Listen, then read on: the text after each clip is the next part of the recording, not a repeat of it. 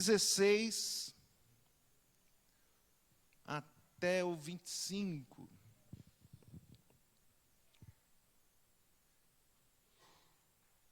Tio Ailton conseguiu chegar.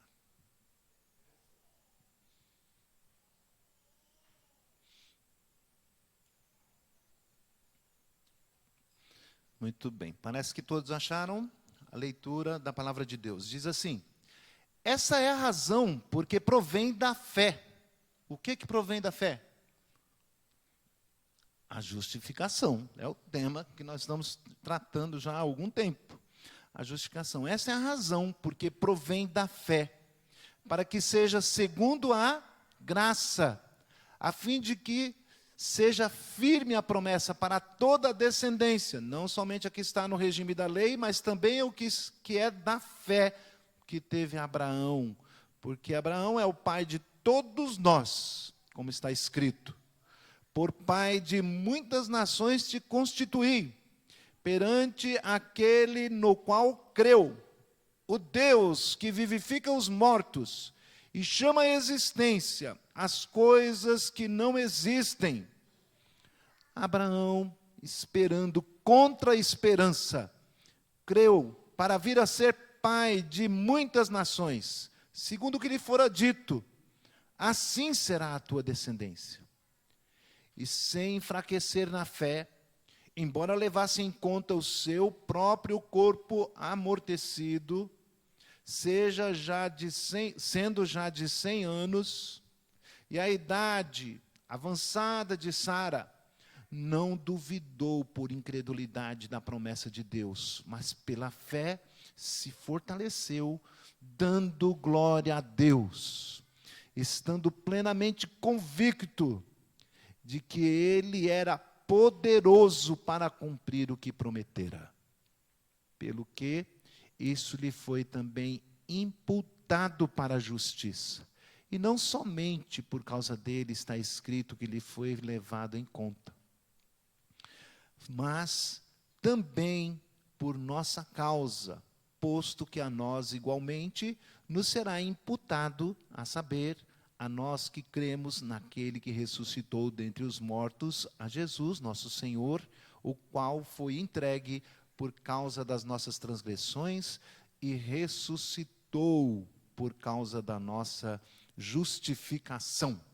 Orar de novo. Vamos abaixar a cabeça aí. Senhor nosso Deus, tua palavra bendita foi lida, e agora rogamos que tu venhas falar conosco e nos despertar do sono, para servir ao Senhor com alegria, com presteza, com disposição, e clamamos que tu derrames sobre nós um espírito voluntário para te servir e te adorar. No nome santo de Jesus que oramos. Amém. Muito bem. Se nós olharmos aí então aí para o versículo 16, é a introdução que nós precisamos para compreender todo o texto. Essa é a razão porque provém da fé. O que provém da fé? A justificação da qual ele está falando até aqui, para que seja então segundo a graça para todos os povos. Ao que é da fé que teve Abraão. Essa frase é a chave. Nós precisamos ter a fé que teve Abraão. Então, já há alguns domingos, alguns versículos aí que nós temos visto que fé é esta, né? Porque Abraão é o pai de todos nós, como está escrito: para ser pai de muitas nações te constituí.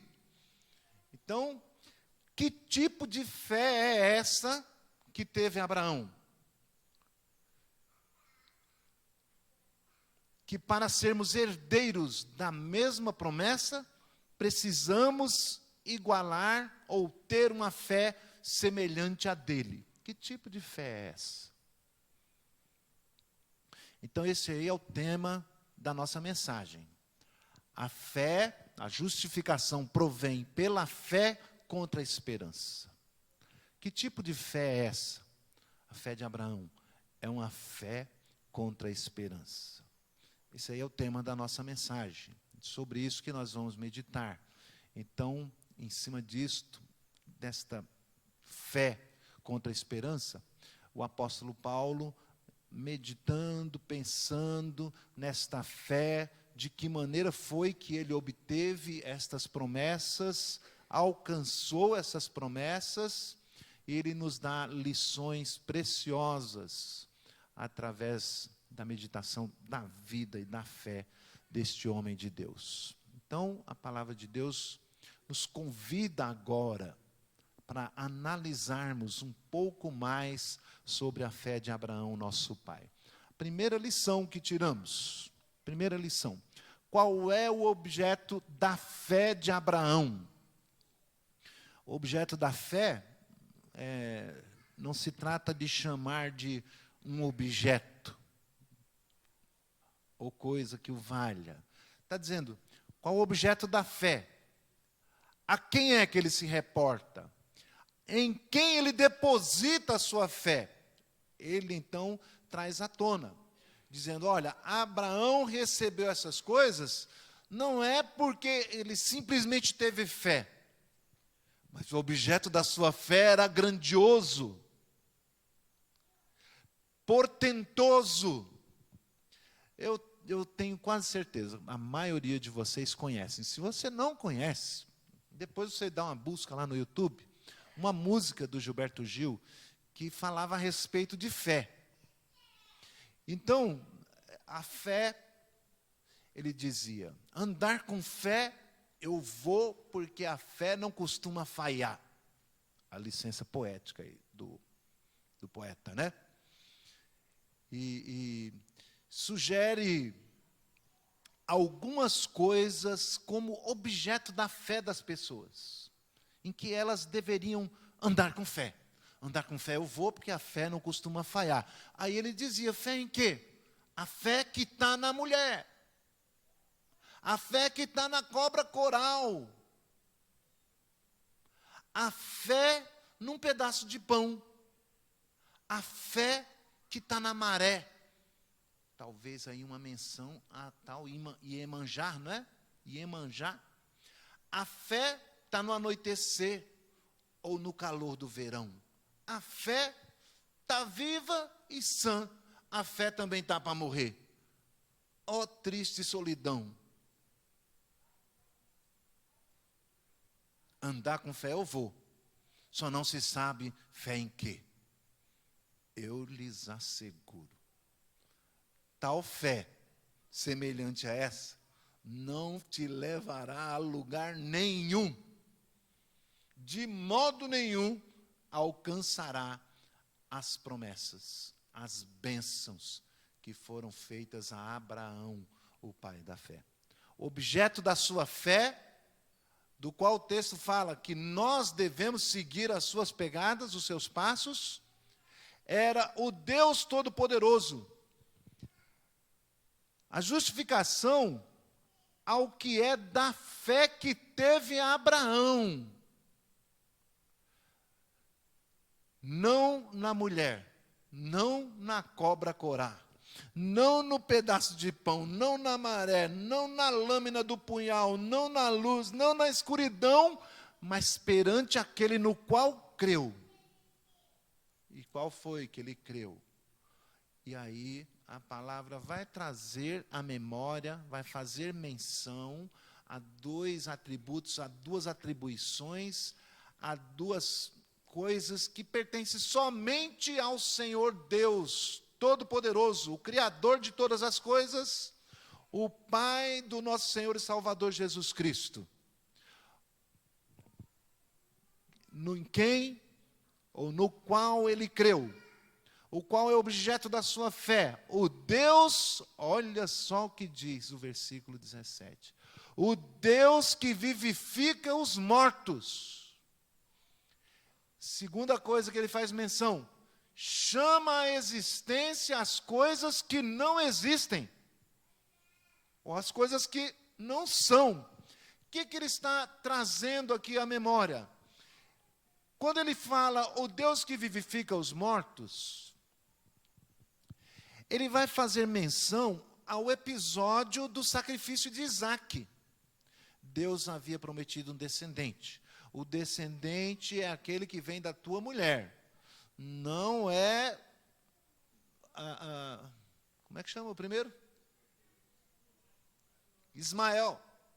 Não é Ismael, não, filho da escrava. É filho da tua mulher. Isaque. E nós vamos lembrar que na sua titubeada, riu. Rapaz, o que é isso? Senhor, um homem já envelhecido como eu, minha mulher já tem 90.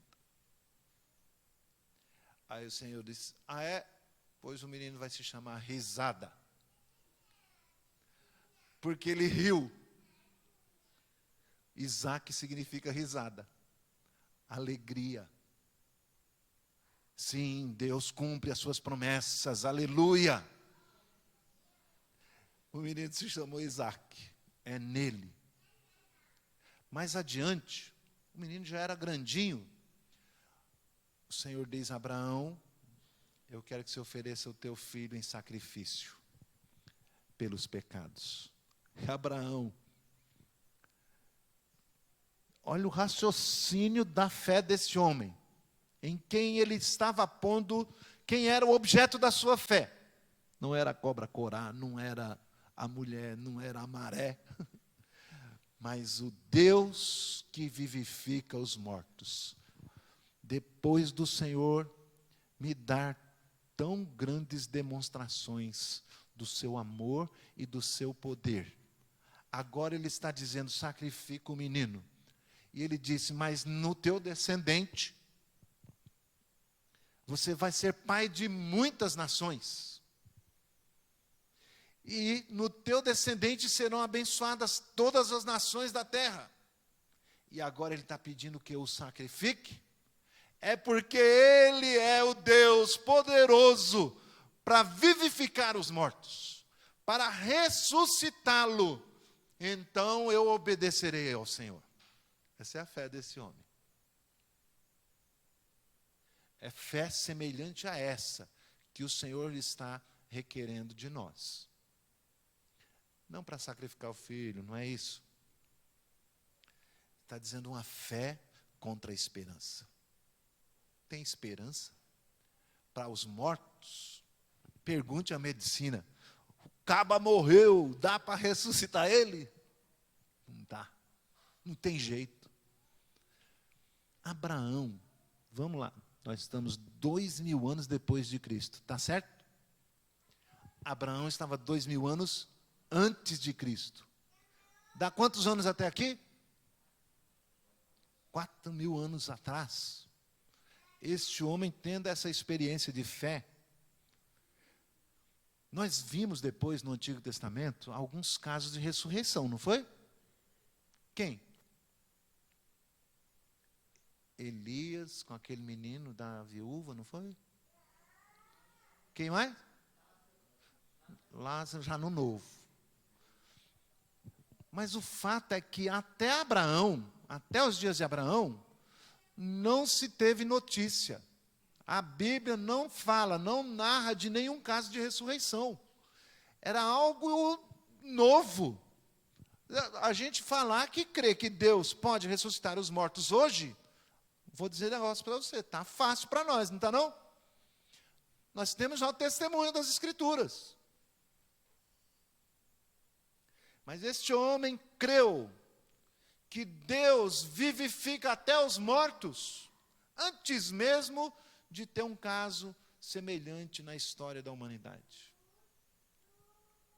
Vale dizer que ele também estava 2 anos depois de Adão. Né?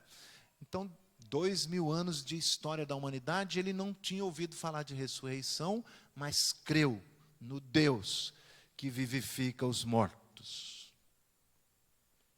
A segunda coisa é que chama à existência coisas que não existem. O que Paulo está nos dizendo, fazendo menção a isto que Abraão creu? Foi uma mulher que era estéril, e quando o Senhor afirma para ele, O menino vai chamar risadinha, daqui a 1 ano será isto. E então ele creu que mesmo um útero infrutífero, já com 90 anos, e ele já perto dos 100, ainda assim Deus poderia trazer à existência. Está fazendo menção ao Deus criador de todas as coisas, que do nada trouxe tudo à existência. Pelo poder da sua palavra, ele apenas disse, haja, e houve. Do nada. Não tinha matéria-prima. Não é um artista que desenvolve uma estátua, ou seja, qualquer coisa que o valha. Ele simplesmente, do nada, chama a existência e aquilo vem existir. Disto, então, ele põe o foco, põe como objeto da sua fé o Deus Todo-Poderoso. Vale, então, muito mais. Não apenas a fé, mas em quem é que você põe a sua fé? Nas pegadas de Abraão, nós devemos pôr a nossa fé no Deus que chama os mortos à vida. No Deus que do nada traz à existência todas as coisas. É nele. Presta atenção, hein? Não é no pastor, não é nos presbíteros. Pastor é homem, presbítero é homem, escorregam e cai. Não vai pôr sua fé neles e cair junto. Põe a tua fé, a tua esperança e a tua convicção no Senhor. No Senhor. É este o exemplo que Paulo traz como mandamento, como instrução, como lição. Observem em quem foi que este homem pôs a sua fé e sigam as suas pegadas. Segunda lição que Paulo quer nos ensinar aqui através da vida de Abraão. A segunda lição é que sua fé era legítima. O que quer dizer com legítima? Verdadeira. Uma fé que foi posta à prova. Não é uma fé da boca para fora. Uma fé que foi posta à prova. Não era uma fé cega. Veja o que diz o versículo 18. Abraão, esperando contra a esperança, aí ele volta a falar do caso da promessa, do estado em que ele se encontrava, bem como da sua esposa. Esperando contra a esperança, creu, para vir ser pai de muitas nações. Não tem mais chance. Que história é essa? Já estou com 100 anos. E sem enfraquecer na fé, está dizendo a palavra de Deus, vamos observar, portanto, a natureza da sua fé. Sem enfraquecer da fé, embora levasse em conta, então não é que ele cegamente, ele tinha plena consciência do estado em que ele estava e do estado em que estava a sua esposa. O seu próprio corpo já amortecido, sendo já de 100 anos, quase, né? Quando o menino nasce é que ele já completa os 100. E a idade de Sara, avançada, era de 90 anos. Ah, meu Deus, a gente fica pensando, 90 anos, a pessoa está, né? Não tem condições mais não, tem jeito isso, né? A gravidez, a concepção, não tem mais jeito para isso não, ele tinha consciência disso, ele olhava para isso, mas o texto está dizendo que ele não enfraquecia na fé por conta disso, não duvidou por incredulidade da promessa de Deus, né? Por isso há pouco nós fizemos a menção de quando ele disse, Senhor, como é isso? É porque há momentos da nossa vida que a gente ora, a gente espera, a gente pede, aí a gente começa, ao invés de olhar para o objeto da nossa fé, o Senhor Deus Todo-Poderoso, que traz à existência o que nada existe, o Deus que ressuscita mortos, os filhos que lá mortos estão nos seus pecados e delitos e não querem saber do Senhor. E aí passa um tempo, e um ano, e mais, e a gente começa a pensar, rapaz, será que tem jeito? Senhor, será que é mesmo da tua vontade? Paulo está dizendo que essas dúvidas, esses pensamentos, se nos ocorrem, mas não por incredulidade naquele que pode, mas que para seguir os passos de Abraão, ao perceber as impossibilidades, nós temos que nos lembrar que o nosso Deus é o Deus do impossível. Ele é o Deus que traz os mortos à vida. Ele é o Deus que do nada Ele pode trazer à existência. E com esta convicção, com esta firmeza da fé, nós podemos lutar contra as dúvidas que surgem em nossa mente. Porque as origens do nosso pensamento nem sempre são de nós. Podem sim proceder de nós e da fraqueza da nossa fé, mas não por incredulidade, mas porque somos fracos, porque somos pecadores, porque às vezes nos distanciamos da comunhão, não é? Mas o Senhor mesmo, que nos dá a fé salvadora, é Ele que nos traz a memória, é Ele que nos socorre, é que no momento da aflição, resplandece a sua luz, resplandece o seu consolo, resplandece a sua mão poderosa nos segurando, para que nós não venhamos a tropeçar pelo caminho. Nos sustenta, nos dá graça, nos traz à memória aquilo que pode dar esperança. Não duvidou, versículo 20, por incredulidade da promessa de Deus, mas pela fé, ainda que frágil, ainda que abatido naqueles momentos difíceis, se fortaleceu, dando glórias a Deus, louvando o seu nome. Você já teve essa experiência de um momento de angústia, glorificar a Deus? Já? Já teve essa oportunidade? Dar glórias a Deus. Eu fico pensando no velho Jó. Deus deu, Deus tirou, bendito seja o Senhor. Dar glórias a Deus no momento da angústia. Uma fé que deve ser provada. Interessantemente, no Novo Testamento, em outros lugares, vai dizer que é mistério, que é importante, que é muitíssimo necessário que a fé seja provada. Interessante isso, não? Eu creio, Senhor, glória a Deus e tal, e está tudo bem dentro de casa, tá as coisas fluindo maravilhosamente bem. Mas tem hora que a angústia bate. Fala, onde está o Senhor? Aí é onde eu estava dizendo, tem pensamentos que não provêm de nós. Nós temos 3 origens para os nossos pensamentos. De nós mesmos, que nós mesmos produzimos, do diabo, o nosso inimigo, e também pensamentos que procedem de Deus. Não estou dizendo que ele pode possuir você, não.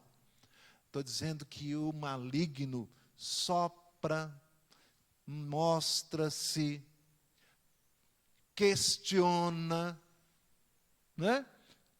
E o teu Deus, onde está? Olha aí as promessas dele. Onde é que fica?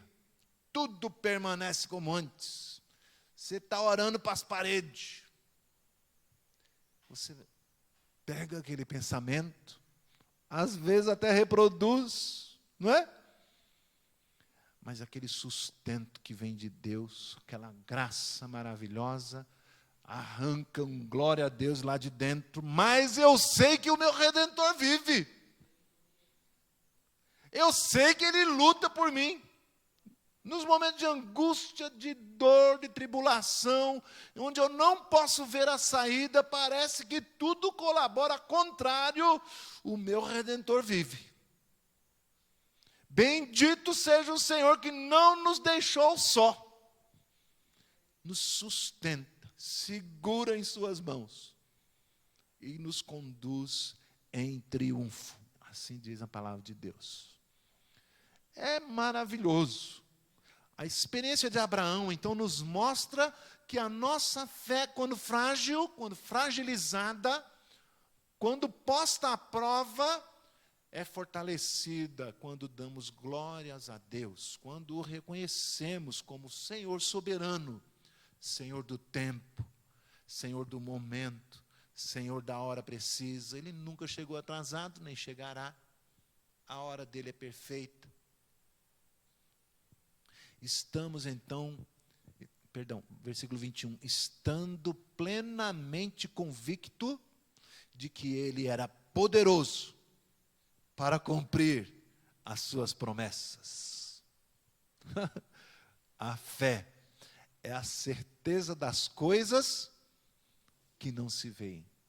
A convicção das coisas que se esperam. Porque quem viu já não está esperando.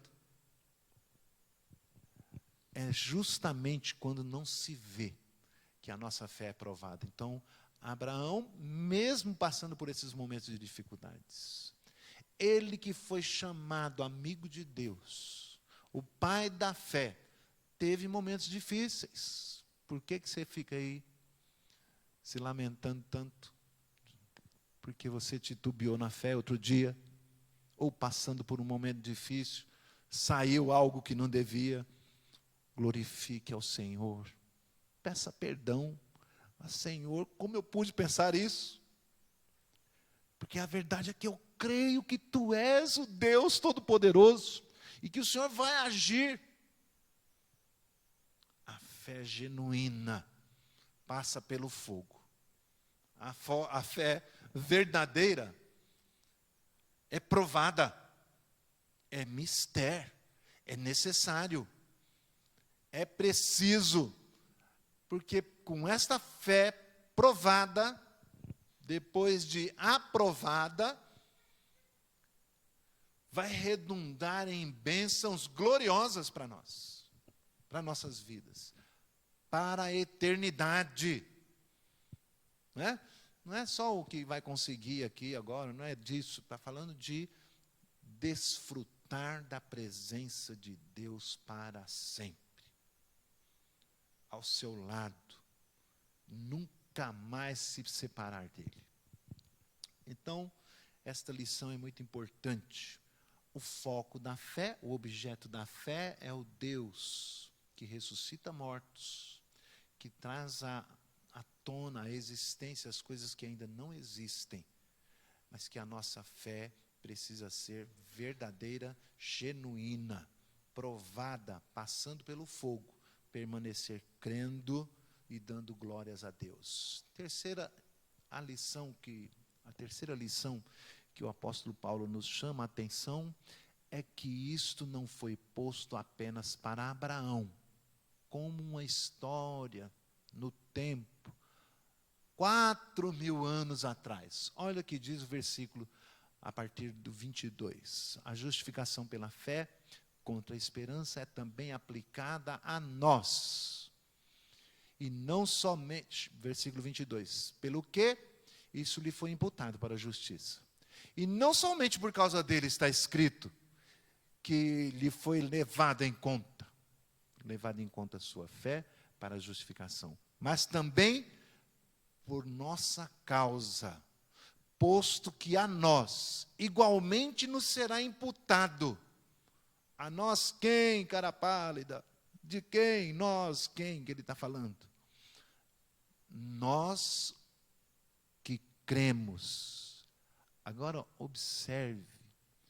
Crê em quem, cara pálida? Naquele que ressuscitou a Jesus. Olha, não está falando ainda nem de Jesus. Está falando, crendo naquele que ressuscitou a Jesus. É como Jesus nos ensinou, né? Crede em meu Pai, crede também em mim. É o que o apóstolo Paulo está reproduzindo aqui.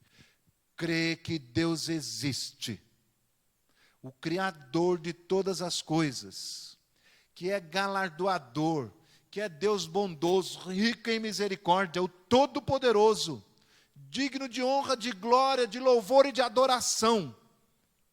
Reúnam-se na presença dEle, os notáveis que há na terra, que tiveram suas fé provadas, e mesmo em momentos de angústia, comparecem diante dEle. É disso que o salmista está falando, os notáveis, daqueles que têm fé, semelhante à fé de Abraão. Eu acho muito bonito este elogio que vem da parte do Senhor, notáveis que há na terra. Mesmo em meio a tanta luta, tanta dificuldade, vamos nos reunir para glorificar a Deus? A Santa Grace se reúne diante do trono, na presença do Deus Todo-Poderoso, aquele que é capaz de ressuscitar os mortos, aquele que ressuscitou ao nosso Senhor e Salvador, Jesus Cristo. A Ele, ao Senhor, ao Deus, Criador de todas as coisas, ao Pai, seja dada toda honra, glória e louvor. A justificação será imputada a nós, que tivermos o mesmo objeto da fé que teve Abraão. Não é fé em qualquer coisa, em qualquer pessoa, ou animal, ou imagem. Mas a fé no Deus que vivifica os mortos e que chama à existência as coisas que ainda não existem. No Deus Criador de todas as coisas, que do nada tudo veio a existir pelo poder da sua voz. É o mesmo objeto da fé que teve Abraão. Versículo 25. Aí o apóstolo Paulo parece que disparou aquele gatilhinho nele. Quando fala o nome de Jesus, ele não aguenta. Ele está falando por nossa causa também, para que creiamos no Deus Pai, que enviou o seu Filho, que foi entregue por causa das nossas transgressões. O que Deus estava lá dizendo a Abraão, na hora que ele foi sacrificar o seu filho, Deus estava, na verdade, dizendo para ele: entrega o teu descendente, no qual serão abençoadas todas as nações da terra. Entrega-o como sacrifício em oferta pelo pecado. O descendente de Abraão era o Filho de Deus. Era o Deus que se apresentou a Abraão como o Jeová Jireh, o Deus que tudo provê. E o Senhor prometeu para ele: eu proverei para mim um cordeiro. E então, não se achando um justo sequer, não se achando ninguém que pudesse oferecer este sacrifício, Deus revela-se. Deus, Jeová Jireh, o Deus que tudo provê, proveu na sua bondade e misericórdia para si um cordeiro santo, para morrer, derramar o seu sangue precioso pelos nossos pecados, o nosso Senhor e Salvador Jesus Cristo, que morreu por causa das nossas transgressões. O restante do versículo: e ressuscitou. Então, a fé que Abraão teve, o Senhor há de ressuscitar. Agora nós olhamos para trás e dizemos: o Senhor ressuscitou. Eu creio no Deus que ressuscita os mortos. Esse mesmo Deus que andou e habitou entre nós, curando pessoas, ressuscitando mortos, foi impossível que a morte o detesse. Ele ressuscitou e traz consigo o poder desta palavra. Todo aquele que nele crê, eu o ressuscitarei no último dia. Percebe? A fé contra a esperança. Que conversa é essa? Que ele ressuscitou, eu até acredito. Tudo bem. Mas aquela pessoa que morreu queimado, como é que vai ser isso? Virou uma fumacinha. Os ossinhos, as tripinhas. Ficou só o cheiro. Morreu queimado. Foram cremados. Alguns pegam a cinza e jogam no mar. Parece que piorou o negócio, agora lascou mesmo. Como é que vai ser? Como é que vai ressuscitar? E aquele outro que caiu no mar? Os peixes comeram ele. Se caiu num rio de piranha, então, pronto. Pedacinho do cabo para cada lado, para cada piranha, foi... Veio outro bicho, já comeu a piranha, acabou. Como é que vai ser isso? A nossa fé titubeante pode fazer essa indagação. Eu creio num Deus que ressuscita os mortos, que ressuscitou Jesus, mas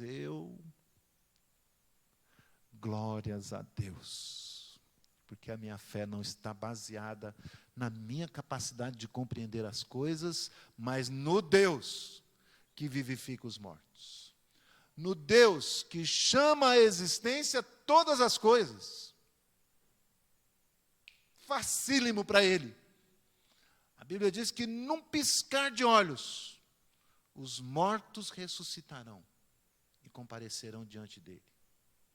Os que estão vivos, num piscar de olhos, ó, quantas piscadas eu dei, quantos mortos foram ressuscitados nesse momento. Num piscar de olhos, os que estiveram vivos, os que estiverem vivos na sua vinda, terão seus corpos transformados e revestidos de imortalidade e comparecerão diante dele. Porque a morte não tem poder sobre ele. Ele venceu a morte, porquanto não se achou nele pecado algum. A morte tinha poder sobre quem tinha pecado. É o mesmo que declarou isto, que deu à morte o poder sobre quem tinha pecado, também declarou aquele que crê, como Abraão creu no Deus que ressuscita mortos, também será ressuscitado, também voltará à existência, porque é esse Deus que fez a promessa. Não foi mulher, nem maré, nem cobra-corá, mas o Deus Todo-Poderoso. Ele justificou todo aquele que nele crê. Talvez esta seja a frase que resume todos os sermões dos últimos domingos, quem sabe até o livro de Romanos. Né? O Senhor justificou todo aquele que nele crê.